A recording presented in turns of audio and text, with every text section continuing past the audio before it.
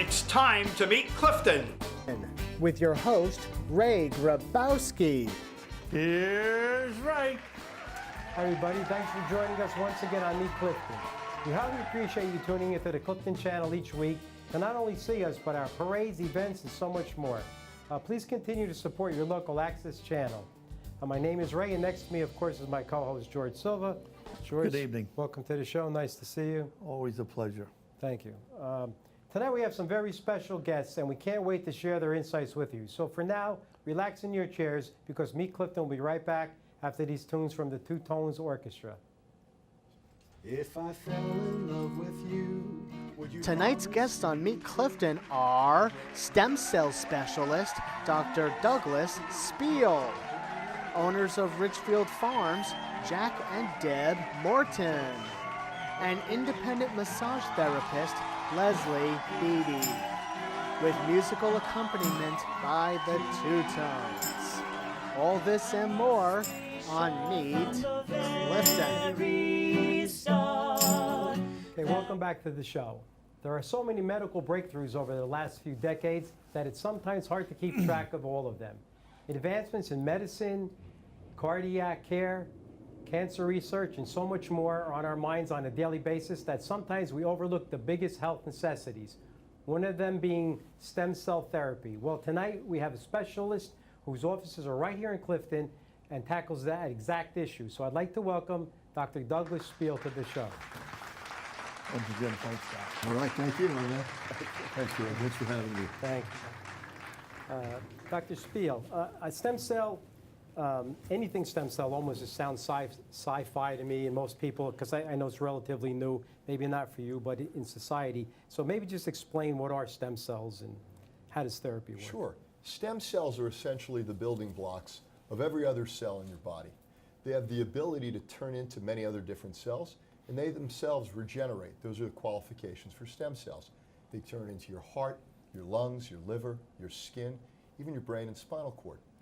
The beauty is that we have a lot of these resident stem cells throughout our bodies, but when we're first born, they are ubiquitous. They're everywhere, they're vibrant, and they're robust. If you've ever cut the skin of a small child, you'll notice that within a day or so, you can't even see it. Right. Small children regenerate. We go and shave ourselves, we get a cut, now we have a line, we repair. As we get older, we lose the ability to regenerate, and unfortunately, we repair more. Stem cell therapies allow us to regenerate more. Okay, you know, before I get any further, I need a little bit, what's your background? Because that would be helpful. Sure. So I was myself a radiologist. Okay. And in about 2000, I started doing interventional pain. So interventional pain is a way to ameliorate pain through the use of needles and catheters. I do endoscopic spine surgery. And I do many different things to access many different cavities throughout your body. When I started learning about the cellular biology of stem cell therapy, I realized that I was uniquely able to treat many of the maladies. I can find my way into the central nervous system. Right. I can go into joints. We can certainly access the intravenous portions of your body. So we're able to deploy stem cells in a myriad of different ways to treat a myriad of different illnesses. So what are some of the illnesses? Well, that's what I was going to ask you, because what are conditions? 'Cause stem cell, it could mean anything to me. So what would we treat? You know, simple things from our hair, Okay. COPD, chronic obstructive pulmonary disease, musculoskeletal diseases. I have a problem with my rotator cuff, doc, my meniscus and my knee. We can treat autoimmune disease, so whether it's rheumatoid arthritis or ulcerative colitis or even thyroid disease. Neurodegenerative problems, people with MS and Alzheimer's and spinal cord injuries, people who have cardiomyopathy and have injury to the heart with scarring after heart attacks. So we come to your center for a treatment, and we'll get to that. But what are the treatments like? Is it shots? Is it Band-Aids? So let me explain some of the things that we do a little bit differently. So with stem cells, we're harvesting mesenchymal stem cells from you for you. That means we access your fat, your adipose. We can take stem cells out of there. We can access your bone marrow and take stem cells out of there. But we do things a little bit differently here. At Stem Cell Center of NJ, we don't just take your own stem cells. Your own stem cells, if I access your stem cells from your fat, you're like me, you're 52 years old, your stem cells are 52 years old. So my point is that even my stem cells I take care of myself, I try to eat right and all those different things, my stem cells are not as robust as when I was born. When I was born, they produced 4 times the amount of growth factors they do now. If I take them out of your fat, or I take them 2 ounces of fat from myself, I might get 100,000 stem cells. Right. But we add something. So I am the medical director of Chimera Labs in Florida. Okay. And at Chimera Labs, we have placental-derived stem cells. That means that we take donated fetal placental tissues, we pick out the stem cells, and we grow them. And we collect the juice. Why is the juice important? Because if I take your fat and I put it in your knee, and I go back 3 months later and you say, Doug, my knee feels great. And I look for those stem cells in your knee, they're not in your knee. They go to your liver, your spleen, your lungs, your bone marrow. But why is your knee better? Your knee is better because those stem cells give off little packets of information, little blueprints. Right. Those are known as vesicles or exosomes. Well, my vesicles and exosomes come from stem cells that are 52 years old. But from our lab in Chimera, we can get the stem cells exosomes from newborns. We can take a 1 or 2 cc aliquot of fluid that contains 10 or 15 million stem cell products, Wow. compared to the 100,000 Wow. that I could take from your fat. So now I'm delivering a better punch. Right. And if the ability to regenerate tissue is what we're trying to do, more is better. Now, it's illegal. The one thing I didn't say, it's illegal in the U.S. Yeah, I was for gonna me to ask that. take your cells and replicate them. Right. 2, 4, 8, 16, 32, and put them back in. And I can't take his stem cells and give them to you. But I can take the stem cell products, add them to yours, and deliver them to you. Okay. So what I'm hearing here, is this fountain youth or better quality of life? Because it almost sounds like we're creating a whole new person, or we have the ability to. It's funny you ask me that. There's a couple of companies on the West Coast who are exploring the Fountain of Youth concept. And what they're actually giving is plasma from younger people to older people. And in that plasma is very dilute exosomes. But those are from 20-somethings. Right. My exosomes are very concentrated, what I get from my lab, and they're the most robust cells they come from that you can put your hands on. So it is a fountain of youth in many respects. Okay, well actually, or at least a better quality of life. Certainly. So actually, for us to better understand this, just give me an example, 1 or 2 examples of something you've treated and made better. So people have a high affinity for the professional athletes. Okay. One of our lovely success stories is a young man who couldn't play anymore due to pain in his low back for 6 or 7 years, couldn't shoot jump shots, really couldn't bend over and tie his shoes anymore. 4 months after stem cell treatments, he's now playing in the NBA. We have patients that come to me with spinal cord injuries. One such patient's coming back again next week. He had a C5-6 spinal cord injury. Couldn't walk, and he was catheterizing himself because he was incontinent. After a number of treatments now, he's no longer incontinent, Wow. and he walks 200 yards with assistance. Okay, so those are some success stories. There are some robust success stories. I know this is a short segment. There's so much to offer. Just briefly, can you, if they wanted to research this, are there other websites they could check into this? Sure. So I lecture nationally for Boston BioLife. Stem Cell Center of NJ is the website. So stemcellcenterofnj.com. Right, I have that. And we have informational videos. We have discussions about the cellular biology. You can seek out the literature and download some papers that we have available. So there's a lot of ways for you to educate yourself before you come in. Okay, well, this is certainly the future of medical helping people, so that's a great thing. Doc, I'd like to thank you for coming on. Hopefully you can come on again. We could get more involved and talk a little more in depth. Listen, I appreciate it. This is going to be to our generation what penicillin was to the one before. That's great. Thank you very much. Stay tuned. We'll be right back. Hello, my name is Robert Domsky. On behalf of Clifton PBA 36, I'd like to invite you all to come and attend the John Sam Memorial 5K on October 22nd, 2017. This is a special year in the fact that it's going to be our 10th anniversary. Back on November 21st, 2003, John Sam was struck and killed by a fleeing vehicle. He's the first and only Clifton police officer to have been killed in line of duty. We hold this race every year to honor his memory. The 5K winds through the streets of Clifton, and the actual turnaround point is at the corner of Maple Place and Washington Avenue, the very spot where Officer Sam was killed. All participants in the race will receive a long sleeve shirt, And we have 7 different divisions ranging from 14 and under to 60 and older.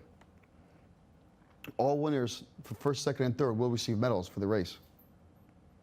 After the race, we invite you all to come join us for bagels, fruit, coffee, water, and other baked items. I hope to see everybody there. I look forward to a great race. Welcome back. For the past several months, you've heard George and I, as well as the entire Clifton family, buzzing about Clifton's centennial celebration. Well, the city isn't the only family celebrating 100 years in town. Richfield Farms opened their doors in 1917 and has been selling their farm-fresh vegetables, trees, flowers, and much more. Well, here to explain are the owners of Richfield Farms, Jack and Deb Morton. Welcome to the show. Thank you. Thank you. Thank you. Let's start with Richfield Farms. It's 100 years old, same as the city. So give us a little background on it. Well, my grandmother was 3 years old when her parents brought her from Lowestown in Holland. I say Lowestown, and then the Dutch people say, that's not how you say it. It's called Lowestown. Anyway, she was 3 years old, and that was in 1903. This is a picture of my great-grandmother here. My grandmother was a little older. She had a younger sister. There was 6 kids. They're not all in this picture, but that's my great-grandmother, Deborah Van Bremen. And my grandmother bought the farmland that they owned, a lot of different farms around town. When my Grandpa Schroeder and my grandma got married, they bought Richfield Farms in 1917, and they started a farm stand. This is a picture of my grandfather, Carl, and he painted all these pumpkins by hand. We still do pumpkins today. Still do them, right? Yeah. I mean, he would do these all just by hand. Freehand. Freehand. Right. He's a very talented individual. And the other day I was just looking at this picture, and you see the Indian corn up here, and I Yeah. can remember back when I was a kid, and my dad would grow Indian corn on the back of the farm, and it was always fun to peel it open because it was like, what color are you gonna get? My sister would get purple, I would get we'd get all different kind of colors. I know, and Jack, there's a picture here. I know you do a lot of farming on that. So what is this? Well, this is presently where the fields are right now. And this is a system they used to grow called hotbed sash. And they had a wooden frame around plants, and they would cover them with glass in the cold weather. So it was a non-electric greenhouse. And they would be able to start tomato plants very early, like in March, and bare root, dig them in, and as they grew on and it got warmer, they would pull the plants and sell them to their local customers. There are a lot of good farmers or gardeners in the Clifton area, and they had a steady clientele for these plants. Over here is a little patch of sweet corn, and this was some shrubbery that they experimented with, mostly azaleas. I think what people should know is that if you don't know where it is, Richfield Farms is on Van Houten Avenue. As you're coming from Garren Mountain, it's on the right-hand side heading toward Passaic. You cross over the parkway now. When the farm was ruined, I don't think the parkway was there, right? No, No, it was before no. the parkway. So you had more acres? Yes, we had about 12 acres. I know you probably can't see very well in this picture, but this is where the firehouse Right. is still presently. Right. And our farm went all the way down to Broad Street over in here where we grew corn. Right. And this shows the original farm stand, and then later on it did have to be It's pretty moved amazing. to its original When the parkway was spot. coming in, did your family give them a hard time? No, my family.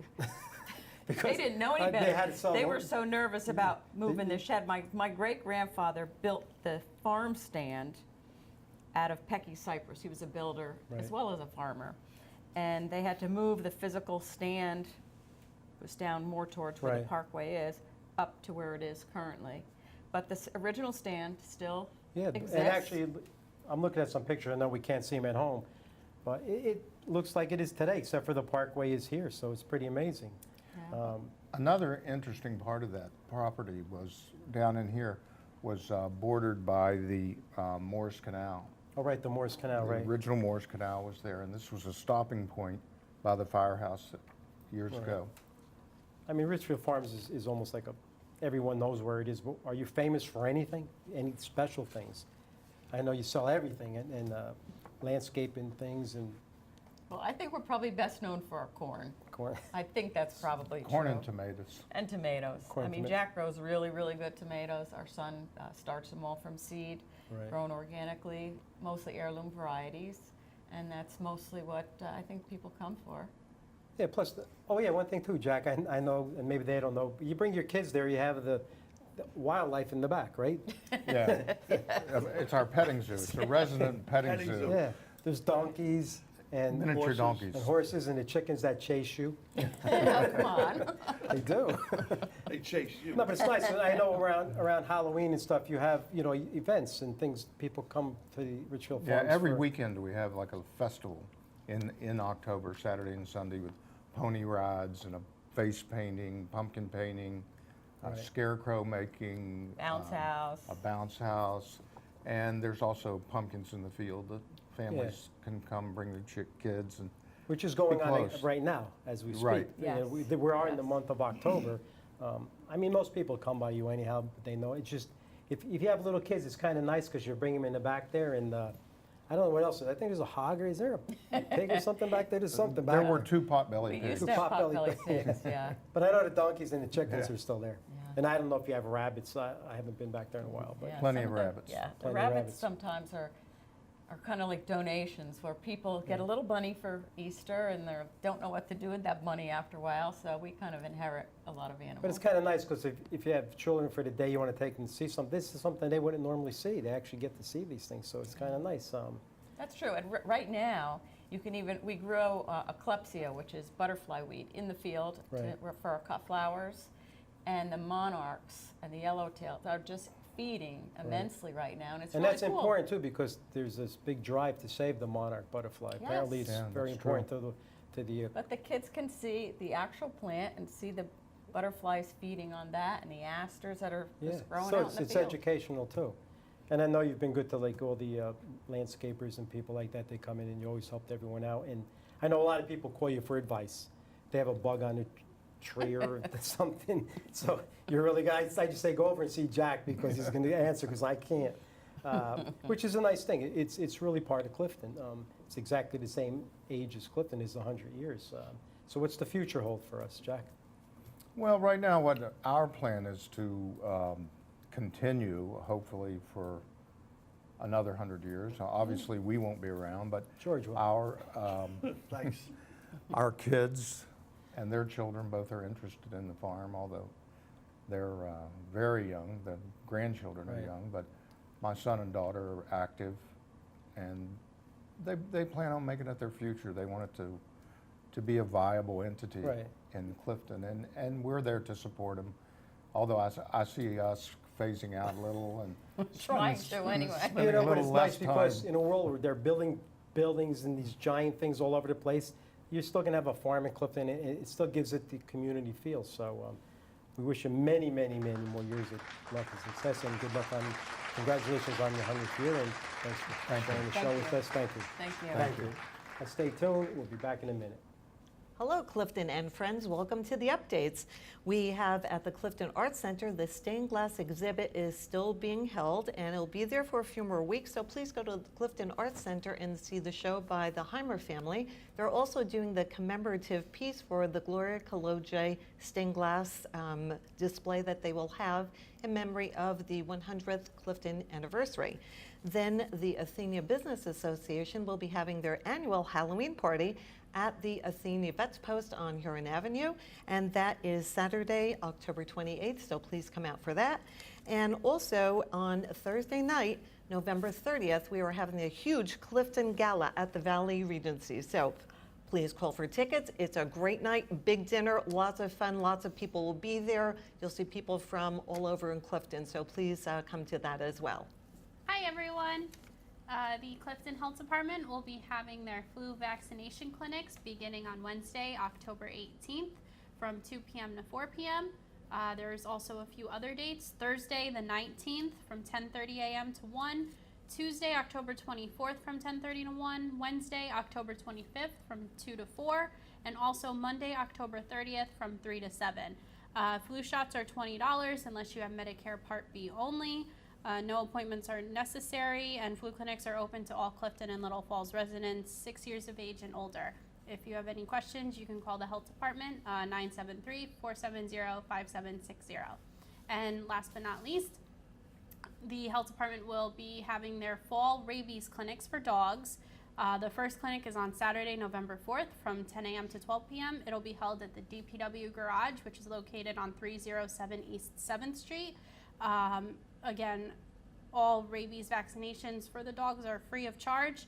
Just show up with your dog, and if you have any questions, you can call the health department. Again, their phone number is 973-470-5760.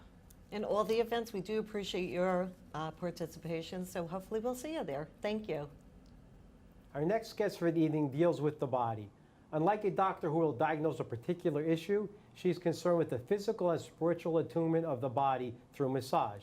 Please help me welcome Leslie Beety, massage therapist and life coach. So, thanks for coming on. George, Leslie. Thank you so much. Okay, so we hear a lot of things about, your body in line and not in line, and how massage can help. So basically, how does massage help a body? Okay. I'm an independent massage therapist. I studied in therapeutic massage. My specialty is to rebalance the body. Everybody's lifestyle is so very different from one another. And what happens is that you're doing repetitive motions every day in your life, and they're just part of what you do. Right. And what happens with that, you just don't really realize how those repetitive movements that you're doing are actually pulling away your body. And I think that the first thing that we should really talk about is, let me tell you about your body. Okay, yeah, sort of like Anatomy 101. Anatomy Okay, 101, all right, okay, exactly. perfect. Okay, so we all know that we have a skeletal system, our bones, and they encase our organs. Then there's the muscles that are attached to the bones, and they're moving our bones. Right. Okay. On top of that, and in between that, to hold the muscles to the bones together is connective tissue. Okay. And then on top of that is something called fascia, which is like our whole body in a sausage casing, basically. Or I like to call it, that's like the pantyhose that holds our whole body, holds a whole system together. Okay, so what happens is our muscles are designed to be in specific places on our body, so they have a specific job to do to pull the muscle. Bone pulls muscle. Right. Okay. Muscle also, when we're using it, okay, will tend to pull the bone out of place. Right. Okay. This is where the imbalancements happen in our body. Okay. So, and I actually would like to demonstrate on George, if you don't mind. Okay. Okay, it's really important. Okay, absolutely, yeah. It's better to show us what we're talking about. Yeah, so stand up. So George, let's just say you go to work every day, okay, and you're carrying a laptop computer, let's just say, okay? And so let's put your laptop on here, okay? All right. All right, so you're holding it, and you have all this weight. So you see how your body's already going like this? Yeah. Okay, to support it. So it's pulling it up, pulling it up, pulling it up. And what you're creating is, by doing this every day, is a parasitic movement, okay? The parasitic movement is now created a parasite. Oh, it's not sticking so well, but there you go. So now you have parasites here, okay, which are all affecting your connective tissue, okay? So which is inhibiting the muscles and the bones from doing what they're supposed to do. It's the junk, the stuff that gets in the way, okay?